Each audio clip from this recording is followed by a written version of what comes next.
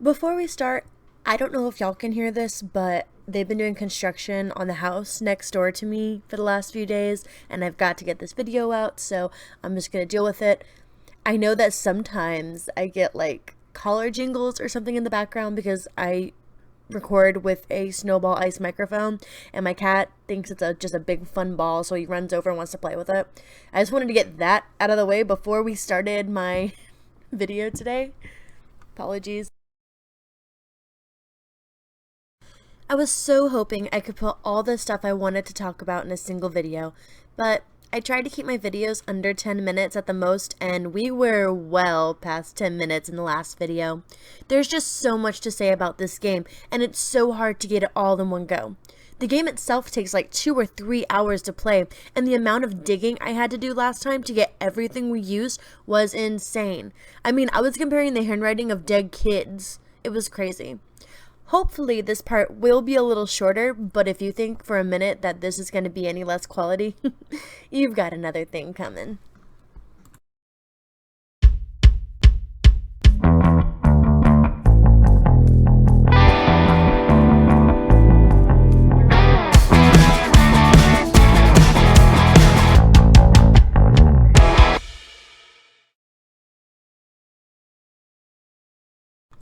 So, welcome to my channel, or welcome back to my channel.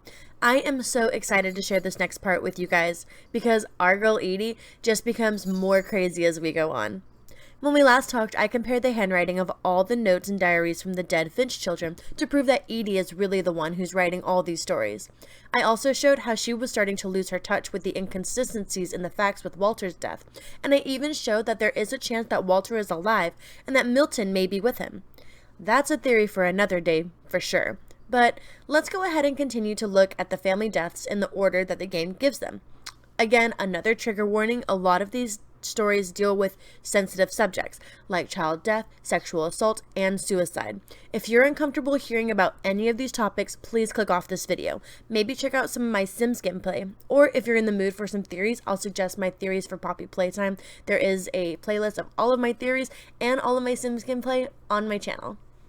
And with that, let's go ahead and jump right back in to our theory for what remains of Edith Finch. So in the game, we go from Walter's bunker to the place of his supposed death, a line of railroad tracks that seem to go right through the Finch property. And that already doesn't make a lot of sense. The railroad track also seems to go off down a cliff with no explanation to why. There's clearly nowhere for the train to go. It just goes straight into the ocean. Yeah, the tide lowers occasionally, but that doesn't make sense to why it goes off a cliff and is destroyed how it is. It looks like these tracks must have been like this for a very long time. The death of Walter only occurred about 12 years after the events that take place in the game, and the terrain of the hill could not have destroyed those tracks that much in the game. I mean, if the dragon slide in the pond, a plastic painted object that is submerged in water constantly, is still intact after 53 years, surely a train track would be more intact after having a train run on it at least 12 years before. So something is definitely off about the story of Walter that Edie has given.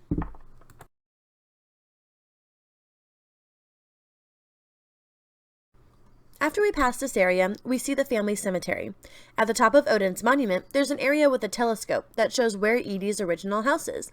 You may think to yourself at this point, why Edie makes these stories up? I think that losing her father Odin in such a traumatic way really didn't help her condition. Not to mention, before they even set sail for Orcas Island, Edie lost both her mother and her brother Johan. Her family was used to bad luck, and Odin, being an author, probably fabricated a lot of stories as well, stretching the truth to make the stories sound more interesting. After losing her father and the house right before her, Sven, and baby Molly, they landed on Orcas Island and was undoubtedly very traumatic for her. She may have used the only thing that she inherited from Odin, his writing and his bad luck, and used it all as an excuse to create the story of a family curse.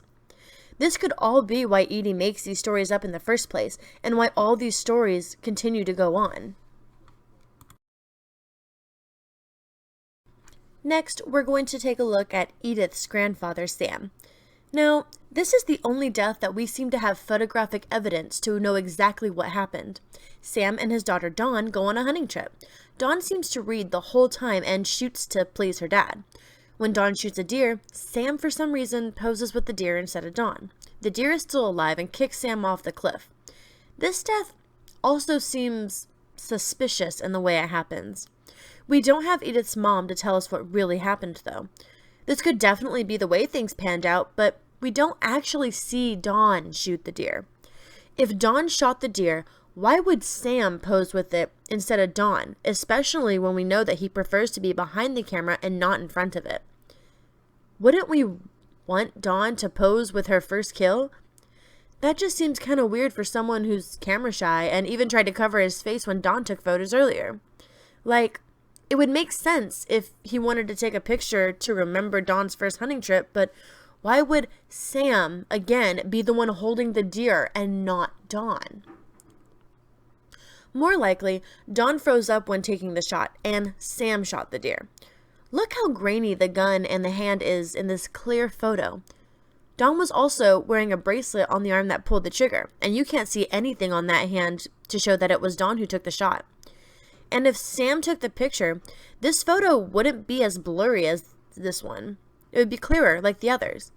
As we saw in the flashback with Calvin, Sam loved photography. He even tells Dawn that the camera that they're using is older than her.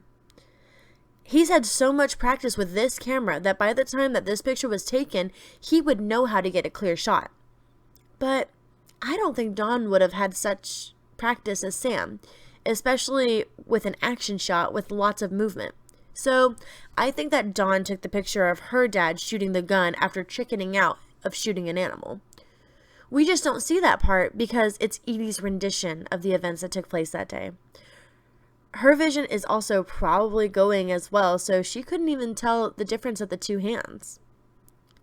After the deer is shot, Sam wants to take a picture, and Dawn is crying in the photo, like she let her dad down. Even before she took the shot, Sam says, "You don't have to do anything." And afterwards, he says, "I'm proud of you, Dawn. Always remember that, okay?"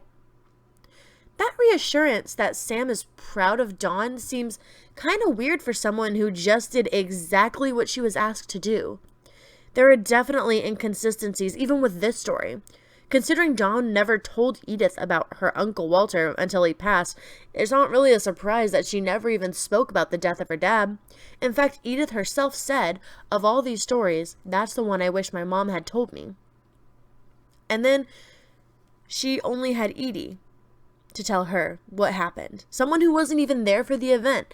And both of them were only able to go off the pictures that we see right in front of us. That just seems weird, right? The next and one of the most saddest on this list is baby Gregory. Gregory dies after 1 year of being alive, according to the family tree. It definitely could be less than a year for sure. The way we hear about what happened to Gregory was oddly enough found on a note written at the bottom of a stack of divorce papers in Gregory's crib. The note is addressed to Sam's ex-wife, Kay. Now, I already see a couple red flags about these papers being there. The first being, why would a note to Kay be on Sam's copy of divorce papers? That doesn't seem to make sense. In most cases, both parties need to be present to sign divorce papers, so Kay would see Sam the day the papers are signed. Why would he write a note like this in front of Kay, let alone make a copy of the note for himself? I think that this note was added later. And also, let's go ahead and look at the handwriting. Let's compare it to Sam's essay for Calvin. The handwriting is almost identical. We've already theorized that Sam's essay was forged, but let's consider something else real quick. Calvin died when Sam was 11. Doing some quick math, we can find out that Gregory died when Sam was 24, 13 years after Calvin died.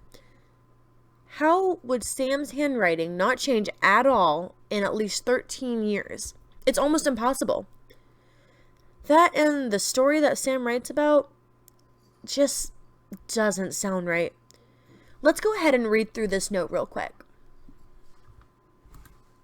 Dear Kay, do you remember the way Gregory used to laugh when he thought he was alone? Like something was happening, but only he could see it. I think he saw things the rest of us don't. I wonder what he saw. He reminded me so much of Calvin, lost in his imagination. Whatever it was he saw, it sure made him happy. I know it's silly. It sounds that I worried about a baby being too happy, but I felt him slipping away. I know you did everything you could. Maybe if I hadn't called that night. I wish he could have told us the world he saw. Kay, there's so much I don't understand about Gregory. About anything. But I know what happened isn't your fault. And wherever Gregory is now, I'm sure he's happy. And he'd want you to be happy too. Good luck, Kay. Love, Sam. Yeah, that doesn't sound like anything a grieving father would say. From the note, it sounds like Kay and Sam got divorced very shortly after Gregory died. In the flashback, you do hear Kay fighting with Sam a bit on the phone, if we can believe that flashback. Let's also take a look at a few lines of what Sam says, shall we? I think he saw things the rest of us don't. I know how silly it sounds that I was worried about a baby being too happy, but I felt him slipping away. I wish he could have told us the world he saw. Doesn't it not sound like things a guy who just lost his baby not too long ago would say? Just how he wonders what was going on through his baby's mind as he drowned to death? Whatever world he saw? And how as an infant, Sam says he felt him slipping away. What kind of thought is that? Certainly not something a father would say. That's like something you would say at the twist in at a movie. Oh yeah, I felt like there was something Hans was hiding. Not, oh yeah, I felt our infant was going to be gone long before any of us. Come on, Edie, we're not dumb. Not only that, but don't you find it a bit weird how Sam basically words his fault in Gregory's death in the exact same way he words it for Calvin's death? Almost like he had his essay next to him when writing the note and wanted to reference the essay from 13 years ago for no reason. Let's look at that line one more time. I told him going around was impossible. Maybe if I hadn't said that. Maybe if I hadn't called that night. Doesn't that sound eerily similar? I don't think it's a coincidence. I think Edie wanted to make sure her original handwriting matched Sam's, including grammar and storytelling from when he was 11, to prove the original essay was his. So that's why the notes are both very similar to each other. And not only that, remember in Sam's note for Calvin, where he blames himself and then quickly passes the blame somewhere else? He never really admitted fault in the sad occurrence. He, however, repeatedly inserted Kay's involvement, telling her over and over, it's not your fault, Gregory would want you to be happy. It almost sounds like gaslighting. Like whoever wrote this thinks the stranger to the family had all the blame, and poor Sam is all innocent and just a bystander in all this. It's obvious Edie didn't like Kay, especially after the divorce. She blames Kay completely for Gregory's death. And they still even mock her bathroom design. No one changed it to remind them of who was here before Sam's second wife. Now, am I defending a pink shag bathroom? Absolutely not. But I am saying that someone clearly has a bias when writing this. Actually, let's go ahead and talk about Kay a little more just for a minute. It's interesting how Edith doesn't call Kay Grandma Kay. She just refers to her as Grandpa Sam's first wife, Kay. And this woman wasn't exactly a quick fling either. They had 3 kids together. It just shows that this family has absolutely no respect for Kay. Someone wanted Sam to sound innocent and sweet enough to say these things to his ex-wife, and someone clearly wanted Kay to be the villain in this story. It really just starts sounding like someone wants Kay to be at fault, not Sam.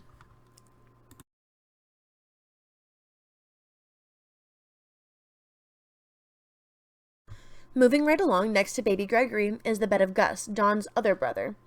With Gus, we see a teen with a mohawk, and surrounding his memorial is some metal CDs, horror movies, and kites. A spool of kite string has a poem written by Don, titled A Poem for Gus, who always said the wedding was a bad idea. But here's the thing about Gus. I think that he was made to be a bad guy as well, or really more of an anti-hero. Gus is the middle child in this group of kids, and the middle child is typically seen as rebellious because they get ignored a lot and act out for some kind of attention. It's commonly known as middle child syndrome. we don't see any actual pictures of Gus, just a painting of Gus that Edie makes, all except the picture of him flying a kite. I don't even see a silhouette that would indicate that there was a mohawk on this kid. There's a couple of edgy things on his memorial, but all of them seem very stereotypical, even down to a can of spray paint, and we know Edie is all about preserving everything, and you would think that we'd see some kind of graffiti from Gus, but we don't. The only kind of pictures or any kind of drawings that we see from anyone is from Edith's brother, Milton. That's kind of interesting. It's also interesting how Edith said that she could never imagine her mom writing poetry, and yet here's a poem, very well written, I might add, sitting next to Gus's memorial. Let's take a look at this poem. This time we're going to break it down by every part of the poem. Our father never hit us, at least not very hard, before the day my brother said with teenage disregard that he'd be dead before he'd see a wedding in our yard. So Sam hit Gus for talking smack about a backyard wedding. We've never once heard anything about Sam using corporal punishment with his kids until now. That's really interesting. A new woman in his life, a new form of punishment. Okay, let's move on. My father made him come, of course, but Gus stood far apart, just flew his kite and bottled up the storm inside his heart. I tried to talk him out of it, but though he'd never met her, "We don't need a stepmom," were the words that I remember. Gus clearly wants nothing to do with the woman that Sam is marrying. Why? Who knows, but he's clearly very upset that this woman is here. Also, Sam marries a woman that the kids don't meet before the wedding, meaning Edie probably didn't meet her either.